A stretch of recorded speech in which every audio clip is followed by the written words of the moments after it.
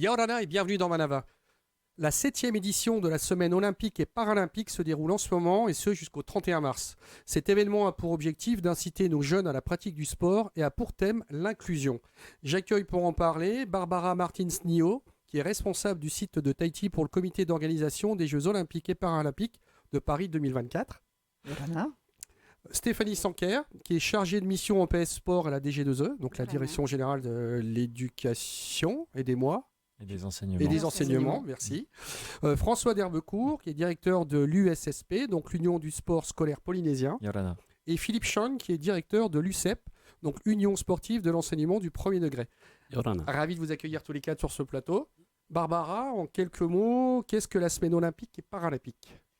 La semaine olympique et paralympique, alors c'est un dispositif, moi je parle souvent d'outils de Paris 2024, donc des Jeux olympiques, qui permet à un moment donné de faire un focus sur des actions qui sont déjà bien évidemment menées dans les territoires. Et on vient, entre guillemets, rien inventer. En fait, la semaine olympique, c'est un beau package qui, à un moment donné, va mettre en exergue toutes ces actions menées par le système éducatif. Et on est un espèce de projecteur géant qui va permettre effectivement soit d'accélérer un certain nombre de dispositifs, soit de leur donner de la visibilité. Donc on est véritablement j'ai l'habitude de dire qu'on est un véhicule. Et ensuite on a nos amis et collègues qui eux, sur le terrain, au quotidien, ont ces actions éducatives et sportives. Et on est là véritablement pour leur donner un cadre, une fenêtre et un rayonnement. C'était beau ça. Philippe, quels sont les bienfaits du sport à l'école ? Je pense que tout le monde connaît les bienfaits. Donc, être bien dans son corps permet d'être bien dans sa tête. C'est important que les enfants et les parents le comprennent parce que quelquefois, on va dire, les enfants, il faut les motiver un petit peu. Et c'est aussi une des raisons de cette semaine, c'est de remettre le sport, enfin de remettre ou de mettre le sport au goût du jour. Donc c'est pour ça que la question a été posée. Barbara, je reviens à toi. J'aimerais qu'on parle des valeurs de l'olympisme. Alors, tu as raison de le préciser parce que la semaine olympique et les Jeux en général, c'est bien évidemment de remettre le sport et d'intégrer le sport dans le quotidien, en l'occurrence là, des enfants. Mais c'est pas simplement que l'activité sportive, c'est aussi les valeurs et c'est aussi de sensibiliser les enfants aux valeurs olympiques. Alors peut-être qu'il faut qu'on les rappelle, amitié, respect et excellence. Donc je ne spoilerai pas mon collègue sur la gauche qui va l'expliciter, mais effectivement c'est aussi important de montrer aux enfants qu'il y a un dispositif qui est lié effectivement à la pratique sportive et puis il y a un dispositif qui est lié aux valeurs. Et ça, une fois de plus, les Jeux olympiques sont un véhicule qui permet de mettre en avant ces valeurs et de leur donner, j'allais dire, une résonance un peu particulière le temps des Jeux. Bon, alors François, t'as vu, elle t'a fait la passe. Exactement. Elle t'a fait la passe. Alors je vais rebondir et je vais attraper le ballon. Donc au niveau de l'amitié, effectivement, alors, on rappelle amitié, respect, excellence, les trois valeurs de l'olympisme. Au niveau de l'amitié, toute l'année, on travaille sur cette valeur de l'amitié et particulièrement dans le sport scolaire, au sein de nos rencontres que l'on organise de façon hebdomadaire tous les mercredis et aussi sur des grands événements qu'on peut organiser, que ce soit au niveau du premier degré, du second degré, voire du troisième degré, donc l'université, puisqu'on est interdegré. L'amitié, elle se construit à travers ces rencontres. Le respect, il se fait sur différents niveaux. Philippe tout à l'heure évoquait le corps et l'esprit. On est sur le respect du corps, c'est-à-dire qu'on ne fait pas le sport comme ça, il faut bien dormir, il faut bien se nourrir pour pouvoir faire du sport, pour pouvoir respecter son corps. Le respect des règles, évidemment, comme dans toutes les activités sportives, le règlement que l'on doit connaître, qui peut être travaillé en cours de français, qui peut être un support également sur d'autres choses en Le art cadre est plastique. beaucoup plus large que uniquement la pratique du sport. C'est ça, c'est vraiment un cadre plus large. Et enfin, il nous reste l'excellence. Et nous, par exemple, au travers des dispositifs, des sections sportives, des centres de performance, on va apprendre aux élèves à s'entraîner plus durement, de persévérer, d'apprendre aussi l'échec, ce qui fait partie également du sport. Le goût de l'effort. Et voilà, le goût de l'effort, évidemment. Et toutes ces valeurs, on essaye qu'elles soient visibles. Et là, on va essayer de les rendre visibles sur cette semaine. Un beau programme en tout cas.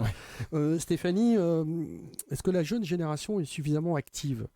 Je vais prendre l'exemple concret, problèmes de santé qui peuvent être liés aux jeux en ligne, les enfants qui restent un peu trop inactifs ou avec les manettes dans les mains. Quel est l'état des lieux un petit peu en Polynésie ? Alors, c'est vrai que là, le constat au niveau de la santé met un petit peu, comme vous le dites, un projecteur sur l'obésité.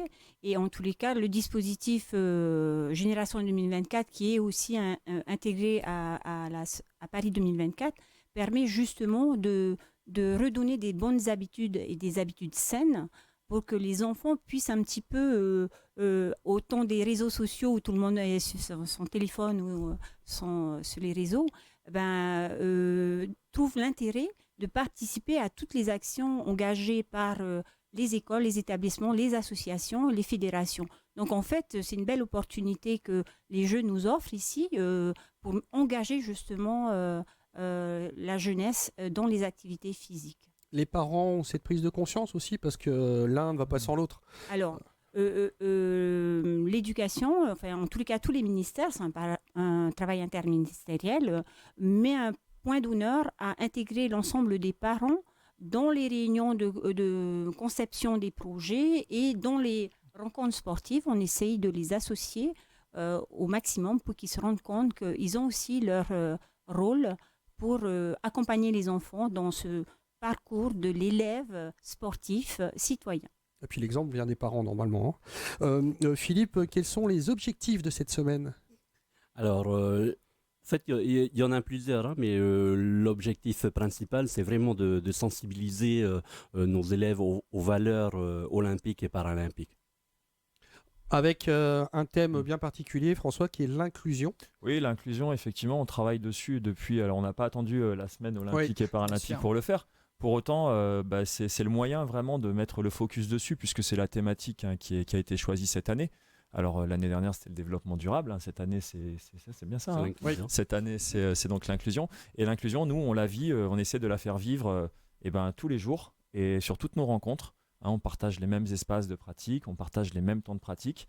Le programme paralympique a également ses propres valeurs, hein, des valeurs d'égalité, des valeurs de courage, des valeurs de détermination, de persévérance et d'inspiration. Ouais, j'ai oublié le dernier mot et c'est vraiment important parce que moi, ça m'inspire. Quand je les vois avec leurs difficultés, le fait de travailler dedans a changé personnellement mon regard sur le handicap et on essaye de faire en sorte que tout le monde ait un regard un petit peu changeant en disant que le handicap, en fait, c'est un facteur de cohésion plus que justement l'image qu'on a du handicap et de la difficulté de se mouvoir. On en avait parlé dans une des émissions où tu étais venu avec les sports partagés, ce genre de choses. C'est ça. Donc on fait du sport partagé, on a vraiment beaucoup d'associations qui travaillent avec nous. Et puis le mouvement est en train de vraiment prendre une sacrée ampleur aussi sur le premier degré, avec beaucoup d'associations qui sont associées à notre travail, des conventions à mettre en place, des difficultés qu'il faut pouvoir lever.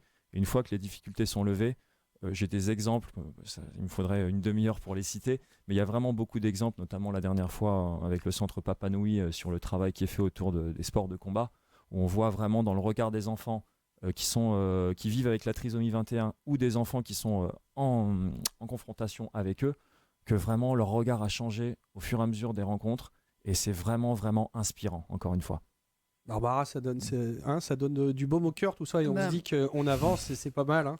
On va être un peu plus concret sur les épreuves de surf qui se dérouleront à superbe spot de Tiopo, que la planète nous envie. Est-ce que les jeunes appréhendent cette chance? Est-ce qu'ils comprennent la chance qu'a la Polynésie d'avoir ce site et surtout d'avoir les JO qui vont s'y dérouler? Oui, je pense qu'ils la comprennent très très bien. Peut-être, j'allais dire même peut-être plus que leurs aînés. Il y a évidemment un engouement lié à la discipline. Enfin, on est dans le berceau. Effectivement, accueillir une autre discipline aurait peut-être eu un autre écho. En tout cas, oui, il y a une mobilisation fabuleuse. On le voit en ce moment, puisqu'on rencontre l'intégralité des lycées, des établissements professionnels pour sensibiliser les jeunes, notamment au statut d'ambassadeur volontaire. Donc, on les rencontre, on répond à leurs questions. Il y a une véritable envie de participer au jeu, pas simplement en tant que spectateur, mais aussi en tant qu'acteur et être potentiellement ambassadeur. Et il y a une vraie curiosité. Et puis il y a aussi cette vision à plus long terme de se dire effectivement participer au jeu en tant qu'ambassadeur ou être recruté, parce qu'on recrute aussi beaucoup localement, c'est une opportunité en termes de carrière professionnelle. C'est un atout supplémentaire dans mon parcours professionnel. Et ça, les jeunes l'ont très très très bien compris. Donc au-delà de la discipline, je pense qu'il y a un intérêt dans un parcours professionnel aussi. François, est-ce qu'il y avait des activités qui sont prévues en termes de sport partagé sur la semaine? Alors en fait, on a des activités, toutes les activités vont avoir un focus fait sur le parasport ou le sport partagé, ça dépend. Alors c'est un peu complexe puisque c'est toujours dépendant aussi de plein de choses, hein, des transports, de la possibilité, de l'accompagnement des La parents. notion Hein. logistique, Voilà. ainsi de suite. Ouais. Voilà, il y a toute une logistique particulière. En tout cas, on a fait un focus notamment sur l'athlétisme avec le para-athlétisme. Les élèves vont vivre des situations alors, sur les Jeux paralympiques. En fait, par exemple, en athlétisme, sur la course du 100 mètres, on est 2. Il y a quelqu'un en situation, voilà, on va dire simplement quelqu'un qui serait aveugle, par exemple, qui va courir avec un guide. Et ça, on va faire vivre ça, par exemple, aux élèves. Sur le volleyball, on va être sur du volley assis. Donc, c'est l'épreuve qui se fait en termes de paralympisme sur le volleyball. Il peut y avoir du cécifoot, ce genre de Alors, foot. on a également, j'en ai tellement d'activités, donc on a le J'en avais cécifoot. listé quelques-unes, c'est pour ça, ça aide. Voilà, Ça aide. donc le cécifoot, effectivement, bah là, 5 contre 5, et puis toutes les règles qui vont avec, hein, comprendre que... Alors, explique le cécifoot, parce que c'est très intéressant et quand on est footballeur et qu'on essaye le cécifoot, on se rend compte de la difficulté que c'est pour des personnes à handicap que de le faire Ouais. et Effectivement, de la motivation. donc sur le cécifoot, c'est clairement c'est un 5 contre 5 où 5 joueurs d'une équipe vont affronter 5 autres joueurs et parmi les 5 joueurs, il y en aura 4 qui seront en situation aveugle ou on va rendre les mêmes conditions pour tout le monde, c'est-à-dire que même ceux qui sont aveugles de naissance par exemple vont avoir un masque sur les yeux. On rend les mêmes situations pour tout le monde. Quelqu'un qui a une déficience de niveau 2, 3, etc. aura aussi Principe le même d'équité. masque. Principe d'équité. Par contre, le gardien, lui, il voit. Parce qu'on m'a déjà posé la question, mais est-ce qu'on met tous le Non, masque? on peut pas Évidemment, jouer. sinon c'est un On peu s'est compliqué. tous posé la question. Et voilà. Je te rassure. Et puis on a un ballon à clochette aussi. Oui. Ballon à clochette, et ce qui est important, c'est l'environnement autour. Parce qu'on a des guides, on a des gens. Alors des fois, quand on peut développer d'autres sens, hein, lorsqu'on a un sens qui est moins développé que les autres. Et là, sur le cécifoot, on est vraiment sur ces valeurs-là. Et c'est tellement bien à voir, à pratiquer, à essayer pour se rendre compte de la difficulté. Et c'est mais en ce c'est sens-là impressionnant. Que, t'as déjà Il faut fait vraiment certainement, l'essayer, je le dis à tout le monde, parce que on met un petit moment à l'appréhender. Évidemment, on est paumé, donc ça veut dire qu'on vit exactement ce que vivent les personnes en situation de handicap. Mais après, on se prend très vite au jeu parce que le développement est hyper intéressant. Oui, puis alors moi j'étais footballeur avant, et donc je voyais correctement. Ouais. Et lorsque j'ai essayé pour la première fois, déjà le fait de savoir où était situé le ballon, c'est déjà une première étape. Et une fois que tu as compris que le ballon il est sous tes pieds, de savoir où il faut se diriger, C'est où il faut incroyable, l'emmener, hein. les contacts avec les autres, etc. etc. Bon, on va pas développer le cécifoot, en tout cas. Non, mais Je tiens à c'est- préciser que la fédération de football est partenaire, hein, la fédération tahitienne de football, hein, comme beaucoup de fédérations d'ailleurs sur cette semaine, est partenaire. On travaille beaucoup avec ces fédérations et c'est important de le souligner parce qu'ils nous apportent une aide logistique, une vraie connaissance sur le terrain.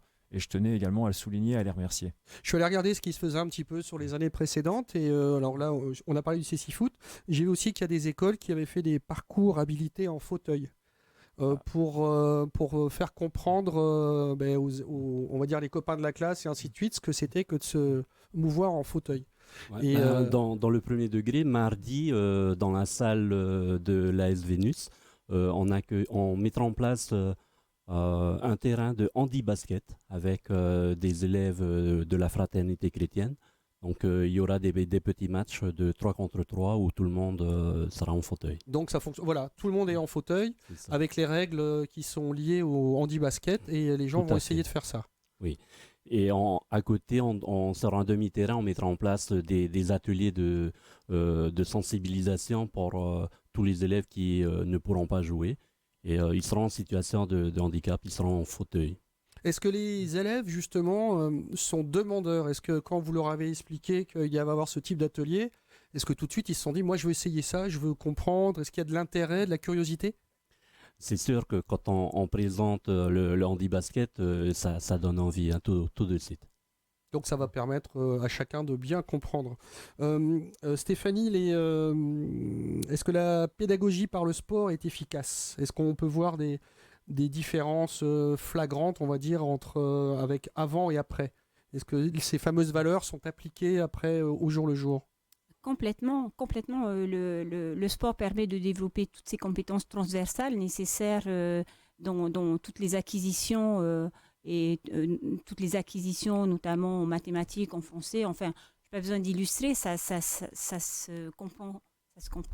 Et du coup, je profite de l'occasion pour remercier en fait tous les collègues enseignants, les inspecteurs et chefs d'établissement qui sont là au quotidien et qui portent le projet. Il y a une vraie implication. Il y a une vraie implication et c'est pas uniquement le sport pour le sport, c'est le sport au travers de la culture, au travers du français. D'ailleurs, il y a aussi des classes qui font des reportages, de la communication. Donc en fait, c'est vraiment l'occasion de mettre en avant l'ensemble des compétences des programmes. Philippe, quels sports ont le plus de succès, vers lesquels les enfants vont plus, enfin les enfants, les jeunes gens, les ados, et ainsi de suite, vont le plus facilement? Ça dépend des cycles. Hein. Au cycle 1, ils sont plus sur la découverte des jeux et sports traditionnels. Donc, ce sera l'occasion lundi sur 2 sites, un à Timono et un sur le terrain de l'AS Vénus, où on accueillera plus de 20 classes en jeux et sports traditionnels. Et on a mis à chaque fois des adaptations parce qu'on va accueillir sur ces sites-là des élèves des IME et de la fraternité chrétienne. Barbara, pendant cette semaine, est-ce que des athlètes de haut niveau vont être là aussi? Oui, tout à fait. On a un super ambassadeur depuis quelques temps, la personne de Michel Bourrez, puisqu'il est ambassadeur aujourd'hui du programme 30 minutes APQ, activité physique quotidienne. Merci d'avoir expliqué, voilà. c'est gentil, Barbara. C'est un des bienfaits, c'est-à-dire qu'effectivement les jeux ont vocation par le sport de changer la société, et pour moi le 30 minutes APQ en est un exemple. Aujourd'hui, quand Tony Estanguet l'a lancé en métropole, aujourd'hui, les 30 minutes d'activité sportive quotidienne sont une obligation dans l'intégralité des établissements scolaires. On y est aussi, puisqu'il y a un engagement fabuleux du système éducatif polynésien. Donc on a aussi 71 établissements qui sont labellisés, dont beaucoup pratiquent les 30 minutes d'activité physique quotidienne.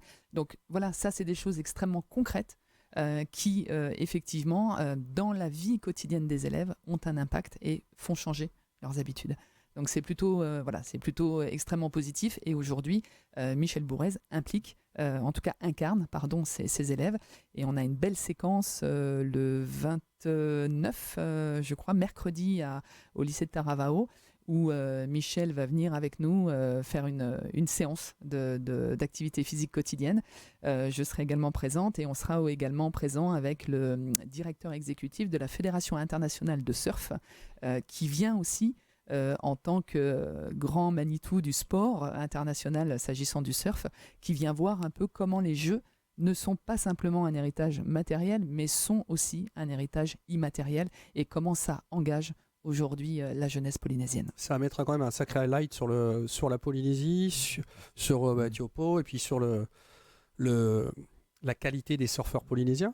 Ça peut. Ouais, je pense que la qualité des surfeurs Oui, polynésiens. mais je parle moins de la jeune prouver. génération. On est sûr, mais la jeune génération va être encore plus motivée, sûrement. Ouais, motivé et fier. Enfin, je pense que c'est aussi le. Ah oui, on peut. C'est accessoirement, c'est l'objectif.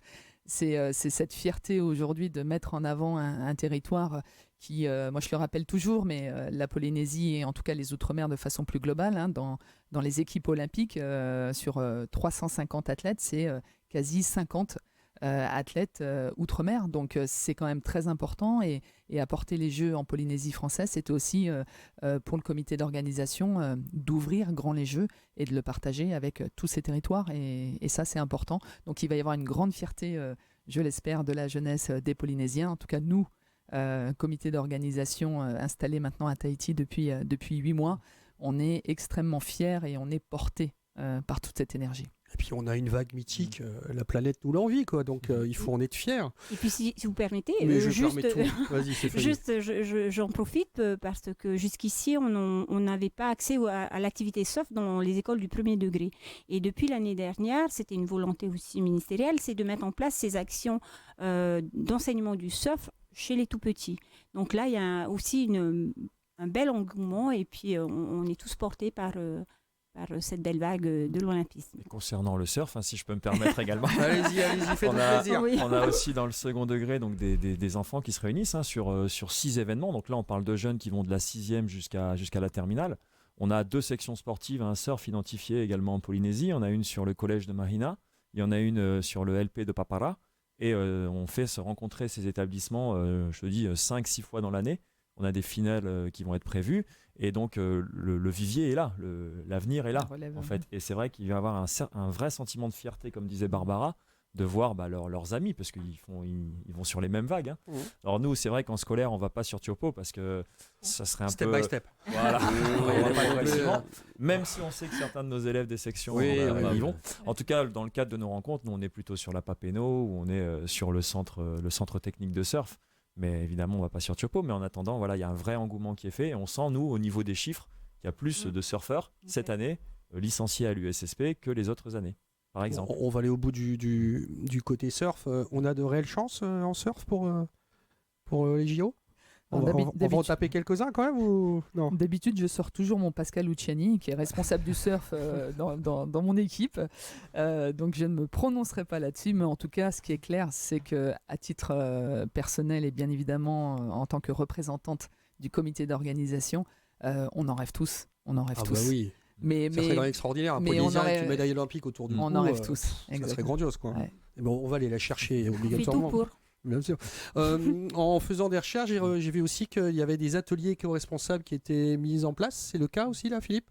Oui, bien sûr, sur toutes nos rencontres, hein, on met en place différents rôles sociaux et donc il y a sur chaque site une brigade verte composée d'élèves. Ouais.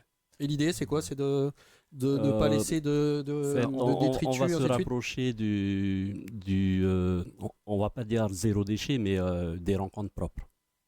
On parlait tout à l'heure des valeurs. Dans les valeurs, il y a le respect et il y a le respect de l'environnement. Hein. Donc, nous, on essaye de faire du zéro plastique. C'est difficile. Zéro déchet, c'est difficile. Mais en tout cas, d'arriver sur un lieu qui est propre et de le rendre au moins aussi propre que lorsqu'on est arrivé. Et des fois, on arrive sur des sites où c'est pas forcément toujours propre et on le rend plus propre que lorsqu'on est arrivé. Donc, si déjà on arrive à ça, les Japonais le font très bien. On est capable de le faire aussi. je pense qu'on est largement Sans capable problème, de le faire évidemment. sans problème. Et au niveau des encadrants, est-ce qu'il y a besoin de volontaires? Vous aviez trouvé des volontaires. Les parents pouvaient aussi adhérer, Barbara? Ou Sur le programme ambassadeur volontaire ou sur la semaine olympique? Les deux. Les deux. Alors, écoute. Donc sur le Je m'en programme, tire bien. tu t'en tires très très bien. Sur le programme ambassadeur volontaire, bien évidemment, à partir du moment où vous avez 18 ans, j'allais dire tous les critères sont au vert. Parce qu'en ce moment en France, ils sont en train de. J'ai vu qu'il y a une campagne qui est lancée. Pas qu'en France. La campagne elle est lancée localement aussi, bien sûr. Donc j'en profite. Le 22 mars, c'est-à-dire en début de semaine, effectivement la plateforme a ouvert. Du coup, l'ensemble des candidats volontaires pour l'ensemble des sites, dont évidemment Teahupo'o, peuvent candidater en ligne et on aura les chiffres sous quelques jours déjà des premiers intérêts. Mais effectivement, la plateforme est ouverte. On va dire que c'est un parcours de 30 minutes pour pouvoir s'inscrire. Et c'est mettre facile, ses je suis souhaits. allé voir, c'est intuitif. T'as regardé? Ok, super. Ouais, voilà, c'est donc facile. on émet ses souhaits, on donne un petit peu la catégorie dans laquelle on souhaite jouer, entre guillemets, et puis on est candidat, et après il y aura effectivement les résultats au fur et à mesure des mois qui vont passer.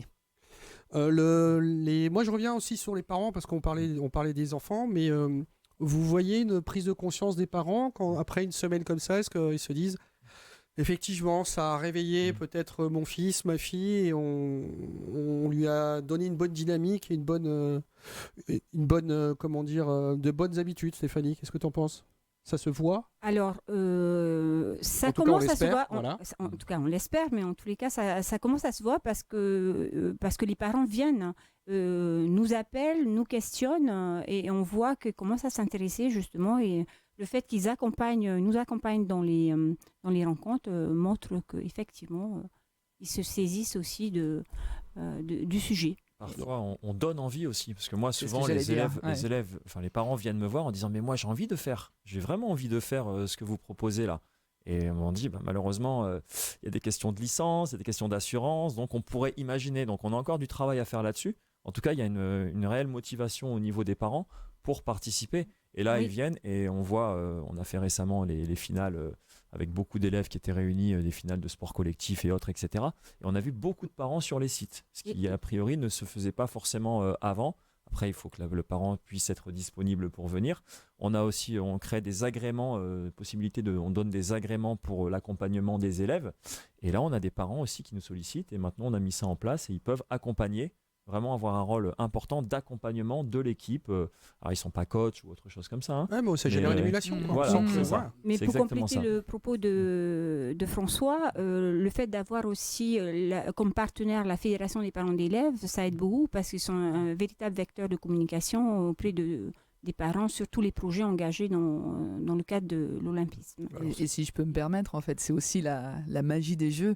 Et on l'a vu encore récemment, c'est que on parlait de la capacité d'éclairer des actions existantes, mais la magie des jeux, c'est véritablement de mettre l'ensemble des acteurs qui n'ont pas l'habitude de se parler ou qui n'ont pas l'habitude de travailler ensemble autour de la table. Et ça, moi, c'est quelque chose, 20 ans après, je suis encore toujours très ému quand en réunion de travail, on retrouve les représentants du pays, de l'État, du système éducatif, du milieu et du mouvement sportif, de la société civile, des entreprises économiques. Et en fait, c'est ça la magie. Et on a bien souvent autour de la table des gens qui ne se parlent pas ou qui ne veulent pas se parler ou qui n'ont pas l'opportunité. Et on arrive, grâce au jeu, à créer ces synergies, à créer ces actions transversales qui font qu'à un moment donné, peu importe qui vous êtes, peu importe de quel parti vous êtes, de quel milieu vous sortez, on est tous autour d'un projet commun. Et ça n'a pas de prix. Barbara, tu m'as fait une conclusion sur mesure. Merci bien. Donc on voit que grâce à cet événement, les valeurs de l'olympisme sont mises à l'honneur auprès de la jeunesse polynésienne et c'est une très bonne chose. Merci à tous d'avoir répondu à mes questions. C'est un plaisir de vous avoir sur ce plateau. Cette mission sera en replay sur le site de TNTV. Bonne fin de journée avec TNTV.